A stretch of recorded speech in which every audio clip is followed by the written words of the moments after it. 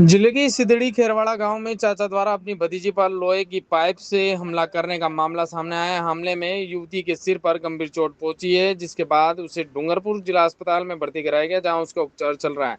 प्राप्त जानकारी अनुसार गुरुवार शाम 7 बजे सिदड़ी खेरवाड़ा गांव निवासी मणिपुत्री नटवर कनिपा घर में बैठी हुई थी। इसी दौरान उसका चाचा हाथ में लोहे की पाइप लेकर वहां आया और मणि के सिर पर वार कर दिया। हमले में मणि लहूलुहान होकर घायल हो गई।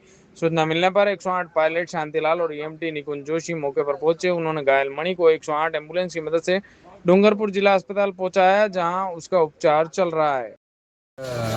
बच्ची थी 20 साल के आसपास की। उसके परिवार में किसी ने पाइप से हमला कर दिया था, सिर पर चोट लगी है। जो सीएस से डामरी पर आए थे, वहाँ से डॉक्टर ने जांच के बाद डिस्ट्रिक्ट हॉस्पिटल पे रेफर कर दिया। उसके सिर में गंभीर चोट लगी है। ईएमटी पायलट ईएमटी निकुंज जोशी, पायलट शांतिलाल।